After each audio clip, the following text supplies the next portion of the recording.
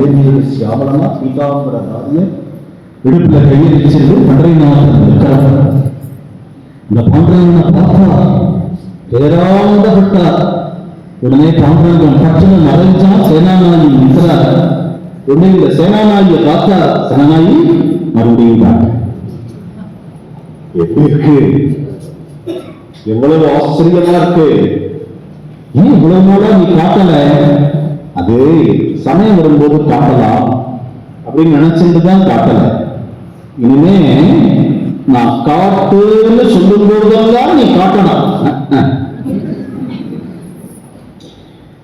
நானே யோகி துர்லபமான ரூபம். அந்த ரூபத்தை சேனாநாயகிய நிச்சயமா வச்சிருக்க அப்படிங்கிறதுக்காக உனக்கு காட்டினேன். அதுக்கு நீ காட்டுன்னு சொல்லும் போதுதான் காட்டணும். நான் வந்து காட்டணுமா இருக்கேன் அப்படின்னு பகவான் மனசுக்குள்ள நினைச்சிருந்தா சரி, நான் இப்ப காட்டலைன்னா ரூம்ல வச்சு கூப்பிடுவேன். அதுவா அது நீ இந்த ரூம்ல வச்சு கூட்டினா கூட நான் மறைஞ்சு போயிடுவேன்.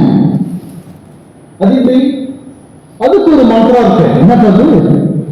எல்லாத்துக்கும் மந்திரம் பண்றாங்க. திடீர்னு நீ மந்திரத்துக்கு நடந்துட்டியா?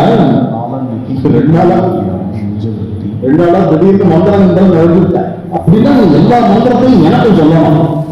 அதெல்லாம் அப்புறம் பார்த்துக்கலாம்.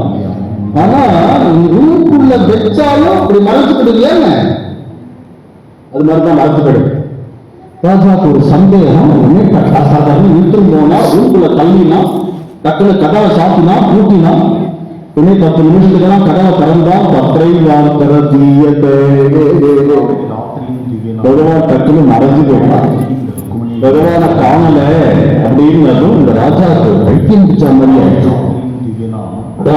மிஸ் பண்ணி போய் வந்த சேனாநாயகியை விட்டுட்டோம் அப்படின்னு பகவத் தரிசனம் வேற கிடைச்சுட்டா தானிஷாக்கு கிடைச்சா மாதிரி. இந்த ராமதாசர் சரித்திரத்துல தானிஷாக்கு ராமலட்சுமணால் வேற ரூபத்துல வந்து தரிசனம் கொடுத்தா அப்படின்னு ஒரு சரித்திரம் இருக்கு. அது மாதிரி எனக்கு தரிசனம் பண்றவனே தரிசனம் வேற கொடுத்துட்டாங்க. அப்படி கொடுத்துட்டதுனால எனக்கு பிரம பிடிச்ச மாதிரி ஆயிடுத்து. சேனாநாயகி கஹா அப்படின்னு கேட்டு அங்கேருந்து வந்து சிம்மாசனத்துல உட்கார்ந்துட்டா.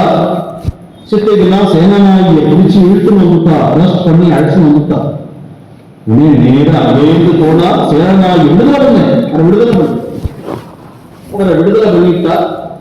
அவர் கையை பிடிச்சிருந்தார். வேக வேகமா அழைச்சிட்டு போனா நேர